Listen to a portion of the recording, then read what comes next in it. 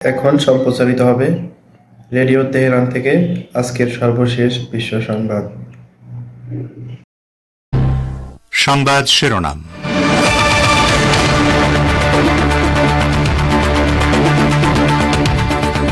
ইরানের সাথে সম্পর্ক রাখা গুরুত্বপূর্ণ বিষয়, সংলাপ প্রয়োজন।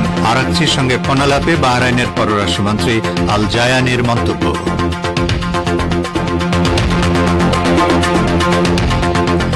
ইসরায়েলের হাতে থাকা পরমাণু অস্ত্র সারা বিশ্বের জন্য মারাত্মক হুমকি, জাতিসংঘে ইরানি দূতের মন্তব্য।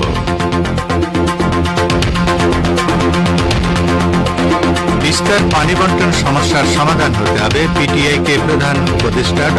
ইউনূস।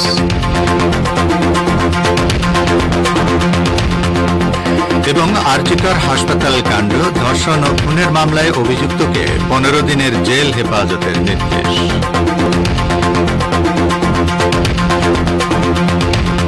আসসালামু আলাইকুম শ্রোতা বন্ধুরা, গুরুত্বপূর্ণ সংবাদ শিরোনাম শুনলেন এতক্ষণ। এবারে বিস্তারিত বিশ্ব সংবাদে আপনাদের আমন্ত্রণ জানাচ্ছি আমি নাসির মাহমুদ। ইসলামী প্রজাতন্ত্র ইরানের পররাষ্ট্রমন্ত্রী আব্বাস আরাকচি ও বাহরাইনের পররাষ্ট্রমন্ত্রী আব্দুল লতিফ বিন রাশিদ আল জায়ানি দ্বিপক্ষীয় সম্পর্ক নিয়ে আলোচনা করেছেন এবং তেহরান ও মানামার মধ্যে যৌথ রাজনৈতিক সংলাপ অনুষ্ঠানের আশা প্রকাশ করেছেন। গতকাল রাতে এক টেলিফোন আলাপে দুই মন্ত্রী এই আশা ব্যক্ত করেন। এ সময় বাহরাইনের পররাষ্ট্রমন্ত্রী ইরানের নতুন পররাষ্ট্রমন্ত্রী হওয়ায় আব্বাস আরাকচিকে অভিনন্দন জানান। ইরানের সাথে দ্বিপক্ষীয় সম্পর্কের গুরুত্বের বিষয়ে বাহরাইনের পররাষ্ট্রমন্ত্রী আশা প্রকাশ করেন।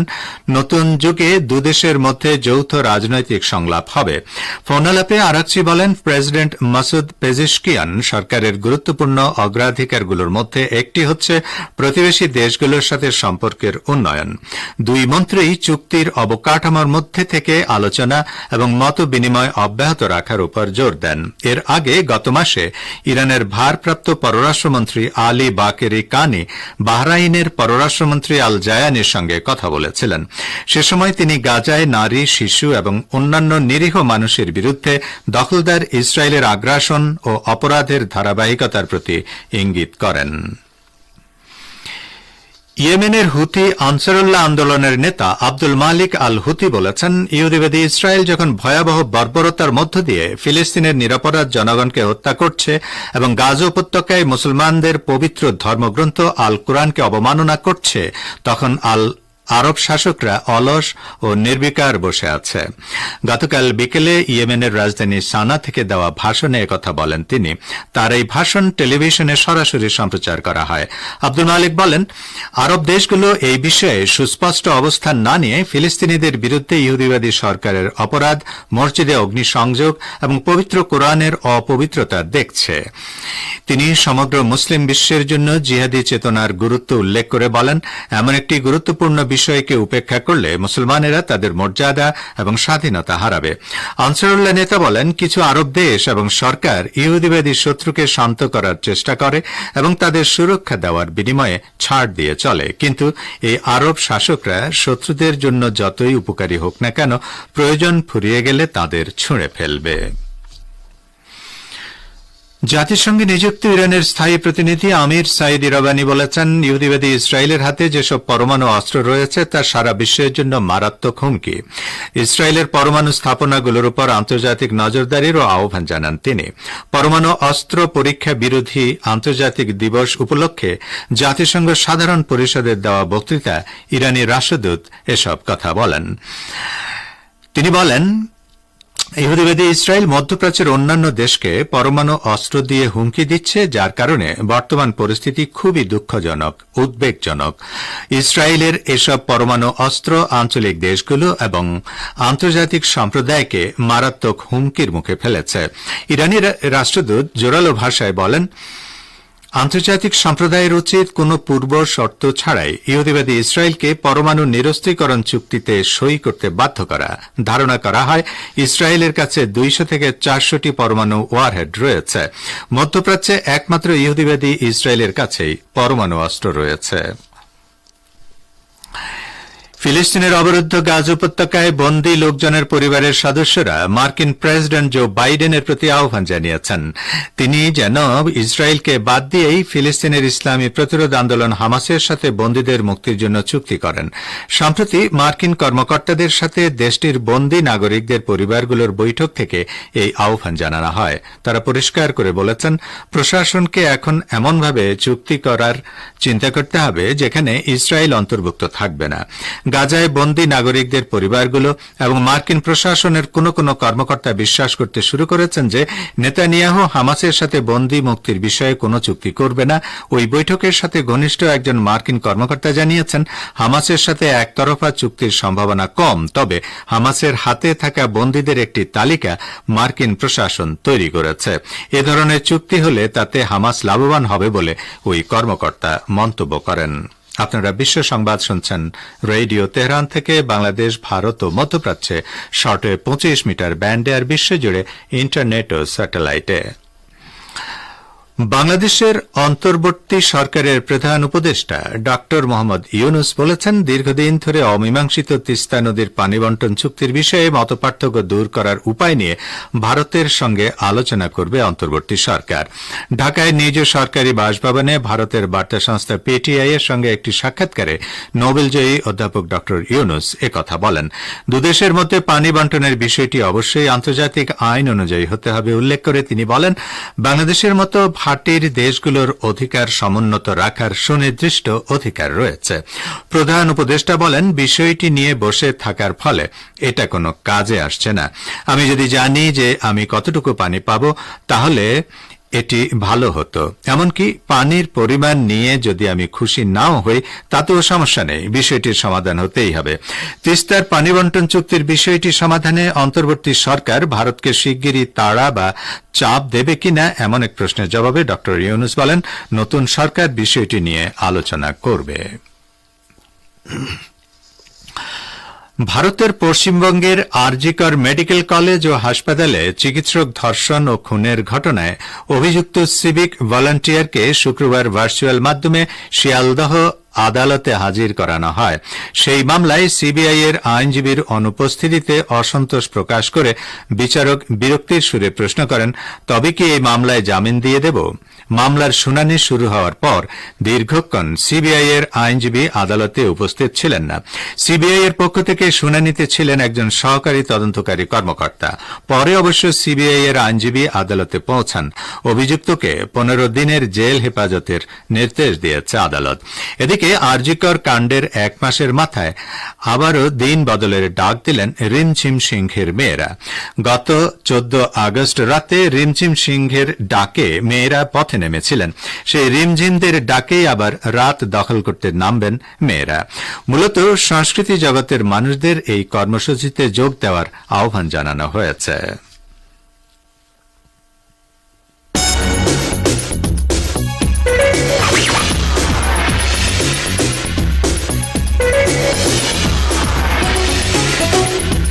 রেডিও তেহরান, খবরের সঙ্গে 24 ঘন্টা।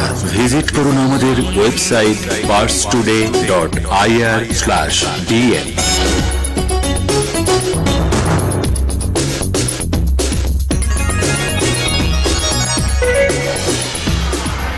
বিশ্ব সংবাদে আবারও স্বাগত আপনাদের। তেহরানের জুমার নামাজের খতিব বলেছেন, ইহুদিবাদী শাসক গোষ্ঠী ধ্বংসের দিকে এগিয়ে যাচ্ছে। ফিলিস্তিনের নির্যাতিত জনগণের সমর্থনে বিশ্বব্যাপী ব্যাপক বিক্ষোভের কথা উল্লেখ করে তিনি অপরাধী ইহুদিবাদী শাসক গোষ্ঠীর ব্যাপারে ওই মন্তব্য করেন। বার্তা সংস্থা ইরনা আরও জানিয়েছে, তেহরানের জুমার খতিব আয়াতুল্লাহ সৈয়দ আহমদ খাতামি গাজায় ইহুদিবাদী ইসরায়েলের হামলায় নিহত 40,000 শিশু নিহতের কথা উল্লেখ করেন। তিনি বলেন, ইহুদিবাদী জল্লাদদের বিরুদ্ধে বিশ্বব্যাপী যে গণবিক্ষোভ দেখা দিয়েছে তা থেকে বোঝা যায় ইসরায়েল পতনের মুখে রয়েছে। বরং বলা ভালো, এই অবৈধ সরকার নিশ্চিহ্ন হবার পথে রয়েছে। তেহরানের জুমার খতিব আরও বলেন, ইহুদিবাদী সরকার বর্তমান বিশ্বের দৃশ্যপট থেকে উধাও হওয়া উচিত। তিনি আরও বলেন, গাজায় যে অপরাধ সংগঠিত হচ্ছে তা প্রমাণ করে যে ইহুদিবাদী ইসরায়েল একটি হত্যাকারী, দুর্নীতিবাজ, যুদ্ধবাজ এবং রক্ত পিপাসু অবৈধ সরকার। জাতিসংঘ শিশু তহবিল ইউনিসেফের একজন কর্মকর্তা হুঁশিয়ারি উচ্চারণ করে বলেছেন, গাজার 50,000-এরও বেশি শিশু মারাত্মক অপুষ্টিতে ভুগছে। ওয়ার্ল্ড হেলথ অর্গানাইজেশন ঘোষণা করেছে, গাজা উপত্যকায় ইহুদিবাদী ইসরায়েলের ক্রমাগত আগ্রাসন এবং ওই অঞ্চলে খাদ্য প্রবেশে নিষেধাজ্ঞার কারণে হাজার হাজার শিশু মারাত্মক অপুষ্টিতে ভুগছে। ফার্স বার্তা সংস্থা আরও জানায়, বৃহস্পতিবার রাতে জাতিসংঘের শিশু তহবিল ইউনিসেফের পুষ্টি বিভাগের পরিচালক অ্যান্টনি লেক গাজা পরিস্থিতিকে বিপর্যয় অতিক্রমী বলে মন্তব্য করেছেন। তিনি গুরুত্ব আরোপ করে বলেছেন, গাজার যুদ্ধ অবস্থায় অব্যাহত রয়েছে এবং মানবিক সহায়তা সীমিত করার কারণে ওই উপত্যকায় খাদ্য ও চিকিৎসা ব্যবস্থা সম্পূর্ণভাবে ভেঙে পড়েছে। জাতিসংঘ মহাসচিবের মুখপাত্র স্টিফেন ডুজারিকো গাজার বিপর্যয়কর মানবিক পরিস্থিতি সম্পর্কে সতর্ক করেছেন। তিনি বলেছেন, গাজা উপত্যকার দক্ষিণ ও কেন্দ্রের 10 লাখেরও বেশি মানুষ আগস্ট থেকে খাদ্যের রেশন পায়নি। গাজায় প্রবেশের একমাত্র পথ রাফা ক্রসিং অবরোধ ও দখল করে রাখায় গাজার 20 লাখেরও বেশি অধিবাসীর জন্য খাদ্য ও ওষুধ সরবরাহ করা দুরূহ হয়ে দাঁড়িয়েছে। এমনকি এই বিশাল জনগোষ্ঠী খাবার পানীয় ঠিকমতো পাচ্ছে না। লেবাননের ইসলামী প্রতিরোধ আন্দোলন হিজবুল্লাহর যোদ্ধারা ড্রোন ও রকেটের সাহায্যে ইহুদিবাদী ইসরায়েলের সামরিক ঘাঁটিতে কয়েক দফা হামলা চালিয়েছে। ফিলিস্তিনের অবরুদ্ধ গাজা উপত্যকায় বর্বর আগ্রাসন এবং দক্ষিণ লেবাননে হামলার জবাবে হিজবুল্লাহ এসব হামলা চালিয়েছে। এক সংক্ষিপ্ত বিবৃতিতে হিজবুল্লাহ বলেছে, গতকাল সন্ধ্যায় সংগঠনের যোদ্ধারা এক স্কোয়াড্রন কামিকাজে ড্রোন এবং BM-21 গ্রাদ রকেট দিয়ে ইসরায়েলের রামতালি সামরিক ঘাঁটিতে হামলা চালায়। হিজবুল্লাহ দাবি করেছে, তাদের ড্রোন ও রকেট নিখুঁতভাবে কাঙ্ক্ষিত লক্ষ্যবস্তুতে আঘাত হানে। হিজবুল্লাহ যোদ্ধারা ইসরায়েলের আল সাহল ব্যাটালিয়নের সদর দপ্তরেও ড্রোন দিয়ে হামলা চালায়। এছাড়া ইয়ারা ব্যারাকের দক্ষিণে নতুন প্রতিষ্ঠিত ওয়েস্টার্ন ব্রিগেড 300 সদর দপ্তরেও হামলা চালায় হিজবুল্লাহ। দক্ষিণ লেবাননের সীমান্তবর্তী শহরগুলোতে ইহুদিবাদী ইসরায়েল মাঝে মধ্যে হামলা চালিয়ে আসছে। হিজবুল্লাহ বলছে, এই হামলার মধ্য দিয়ে ইসরায়েলের এসব অপরাধের জবাব দেওয়া হয়েছে। এদিকে তাইহাত পাহাড়ের একটি সেনা সমাবেশে হিজবুল্লাহ যোদ্ধারা এক ঝাঁক রকেট দিয়ে হামলা চালিয়েছে। এর পাশাপাশি ইসরায়েলের আল মালিকিয়া ঘাঁটিতেও বোমা বর্ষণ করেছে হিজবুল্লাহ যোদ্ধারা। রাশিয়ার প্রেসিডেন্ট ভ্লাদিমির পুতিন বলেছেন, ইউক্রেন যুদ্ধের মূল লক্ষ্য হচ্ছে দোনবাস এলাকা মস্কোর নিয়ন্ত্রণে নেওয়া। ইউক্রেন যুদ্ধ শুরুর প্রায় 30 মাস পর প্রেসিডেন্ট পুতিন এই মন্তব্য করলেন। গতকাল রাশিয়ার ভ্লাদিভস্টকে ইস্টার্ন ইকোনমিক ফোরামের বার্ষিক অধিবেশনে বক্তৃতা দেওয়ার সময় পুতিন কথা বলেন। তিনি বলেন, ইউক্রেনের সেনারা রাশিয়ার কুরস্ক অঞ্চলে যে হামলা চালিয়েছে তা দোনবাসকে দখল করার কাজ আরও সহজ করে দিয়েছে। পুতিন বলেন, শত্রুদের কুরস্কে লক্ষ্য ছিল আমাদের উদ্বিগ্ন হতে বাধ্য করা, তাড়াহুড়া করা, সৈন্য সরিয়ে দেওয়া এবং গুরুত্বপূর্ণ এলাকায় বিশেষ করে দোনবাসে আমাদের আক্রমণ বন্ধ করা, যে দোনবাসের মুক্তি আমাদের প্রধান ও প্রাথমিক লক্ষ্য। তিনি বলেন, ইউক্রেনের কুরস্কে ভালো প্রস্তুতি গ্রহণকারী ইউনিট পাঠিয়ে দোনবাসে মস্কোর অভিযান দ্রুততর হয়েছে। তো শ্রোতা বন্ধুরা, আমাদের নিউজ ডেস্কে এই ছিল এখনকার মতো সর্বশেষ বিশ্ব সংবাদ। সঙ্গে থাকার জন্য আপনাদের অনেক অনেক ধন্যবাদ।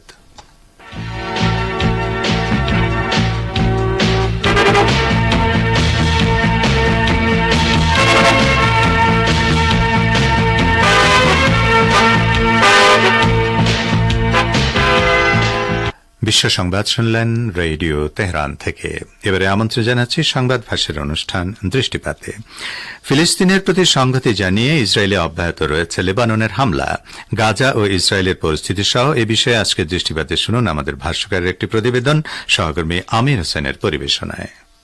হিজবুল্লাহর ক্ষেপণাস্ত্রের আঘাতে দখলদার ইসরায়েলের আল আসি গোয়েন্দা ঘাঁটি ধ্বংস, গাজা যুদ্ধে আহত ইহুদিবাদী সেনার সংখ্যা বৃদ্ধি, তেল আবিবে পুলিশ ও বিক্ষোভকারীদের মধ্যে তীব্র সংঘর্ষ এবং যুদ্ধবিরতি আলোচনায় নেতানিয়াহুর বাধার কারণে ক্রমাগত সমালোচনা সাম্প্রতিক দিনগুলোতে গণমাধ্যমগুলোর গুরুত্বপূর্ণ খবর হিসেবে স্থান পেয়েছে। লেবাননের হিজবুল্লাহ অধিকৃত ফিলিস্তিনি তথা ইসরায়েলের উত্তরাঞ্চলে ভারী অস্ত্র দিয়ে ইহুদিবাদী সেনাবাহিনীর 4টি গোয়েন্দা ও গুপ্তচর বৃত্তির ঘাঁটি লক্ষ্য করে হামলার কথা জানিয়েছে। গাজা উপত্যকায় ফিলিস্তিনি জনগণের প্রতি সমর্থনে এবং তাদের সাহসী প্রতিরোধকে এগিয়ে নিতে লেবাননের হিজবুল্লাহর হামলায় ইসরায়েলের আল আসি ঘাঁটির প্রযুক্তিগত ব্যবস্থা এবং এ ঘাঁটির সাজ সরঞ্জামগুলো ধ্বংস হয়ে গেছে। মিস আল জাবাল শহরের সামনে আল বাগদাদি এবং বাদ বেলিদা নামক দুটি ঘাঁটির মাঝখানে আল আসি হল উত্তর ইসরায়েলের অন্যতম দিক নির্দেশনামূলক এবং গুরুত্বপূর্ণ সীমান্ত ঘাঁটি। ইসরায়েল এই ঘাঁটিকেই বেশিরভাগ আর্টিলারি হামলা চালানোর জন্য পর্যবেক্ষণ ও দিক নির্দেশনা পাওয়ার মাধ্যম হিসেবে ব্যবহার করে। একটি ইসরায়েলি মিডিয়া জানিয়েছে, গত 7 অক্টোবর নতুন করে ইসরায়েলের বিরুদ্ধে প্রতিরোধমূলক লড়াই শুরুর পর থেকে এ পর্যন্ত 10,400 ইসরায়েলি সেনা আহত হয়েছে। গাজা উপত্যকায় যুদ্ধ 11তম মাসে প্রবেশ করেছে। বেশ কয়েকটি ইহুদিবাদী মিডিয়া এতদিন ধরে ইসরায়েলি সেনাবাহিনীর ক্ষয়ক্ষতির বিষয়টি গোপন রাখার চেষ্টা করেছে, কারণ চলমান যুদ্ধে ইসরায়েলি সেনাদের হতাহতের ঘটনা ফাঁস হয়ে গেলে ইসরায়েলের ভিতরে তীব্র অসন্তোষ ও প্রতিক্রিয়া হতে পারে, এমন আশঙ্কার কারণে এই পদক্ষেপ নেওয়া হয়। গাজা ইহুদিবাদীদের অপরাধযোগ্য অব্যাহত থাকায় এবং চলমান যুদ্ধকে কেন্দ্র করে নেতানিয়াহুর মন্ত্রিসভা অচলাবস্থার সম্মুখীন হয়েছে এবং ব্যাপক সমালোচনার সম্মুখীন হয়েছে। এদিকে হাজার হাজার ইসরায়েলি নেতানিয়াহুর বিরুদ্ধে বিক্ষোভ প্রদর্শন করেছে। তারা হামাসের সঙ্গে একটি চুক্তিতে পৌঁছার দাবি জানিয়েছে। অবিলম্বে হামাসের সঙ্গে বন্দি বিনিময় চুক্তি স্বাক্ষর করতে মন্ত্রিসভাকে চাপ দেওয়ার লক্ষ্যে অনুষ্ঠিত এই বিক্ষোভে অংশগ্রহণকারীদের সাথে পুলিশের তীব্র সংঘর্ষ হয়েছে। ইসরায়েলের বিভিন্ন শহরে এমন সময় নেতানিয়াহু বিরোধী বিক্ষোভ অনুষ্ঠিত হচ্ছে যখন হামাসের সামরিক শাখা ইজ্জাদ্দিন আল কাসাম ব্রিগেড গাজা উপত্যকায় সম্প্রতি আবিষ্কৃত হওয়া মৃত 6 ইসরায়েলি বন্দীর ভিডিও প্রকাশ করেছে, যার ফলে ইসরায়েলি বিক্ষোভ আরো ছড়িয়ে পড়েছে। ওরি দানিনো হচ্ছে একজন ইসরায়েলি বন্দী। সে মৃত্যুর আগে রেকর্ড করা এক ভিডিওতে বলেছে, নেতানিয়াহুর মন্ত্রিসভা এবং তার যুদ্ধবাজ মন্ত্রিসভা 7 অক্টোবর পরাজিত হয়েছিল। তারা আমাদের বসতি স্থাপনকারীদের রক্ষা করতে ব্যর্থ হয়েছে এবং আজ তারা আমাদের বাঁচানোর ব্যর্থ ব্যবস্থা নিয়ে একের পর এক আমাদের হত্যা করতে চায়। ওদিকে হামাস আন্দোলনের অন্যতম সিনিয়র নেতা ওসামা হামদান সতর্ক করে বলেছেন, গাজায় দখলদার ইসরায়েলের আগ্রাসন অব্যাহত থাকলে ইসরায়েলি বন্দীদের ফেরত পাঠানোর পরিবর্তে তাদের হত্যা করা হবে। হামদান বলেছেন, ইসরায়েলি বন্দীরা হয় ইসরায়েলি সেনাবাহিনীর বোমা হামলায় বা ইসরায়েলি সেনাদের গুলিতে অথবা প্রতিরোধ বাহিনীর সাথে সংঘর্ষে নিহত হবে। হামাসের এই কর্মকর্তা বলেছেন, হিসাবটা পরিষ্কার এবং তা হলো গাজা যুদ্ধ বন্ধ হয়ে গেলে এবং ইসরায়েলি বাহিনীর পরিপূর্ণ প্রত্যাহার হলে তবেই কেবল ইসরায়েলি বন্দীদের প্রত্যাবর্তন সম্পূর্ণ হবে। নেতানিয়াহু ফিলাডেলফিয়া থেকে সেনা প্রত্যাহারের আহ্বান প্রত্যাখ্যান করার পর হামাস কর্মকর্তার এই বক্তব্য এসেছে। নেতানিয়াহুর বিরুদ্ধে এতক্ষণ যারা আমাদের সংবাদটি শুনলেন সবাইকে অসংখ্য ধন্যবাদ। আমাদের নিয়মিত ভিউয়ার যারা আছেন তাদের 82% ভিউয়ার্স এখনও আমাদের চ্যানেলটি সাবস্ক্রাইব করেননি।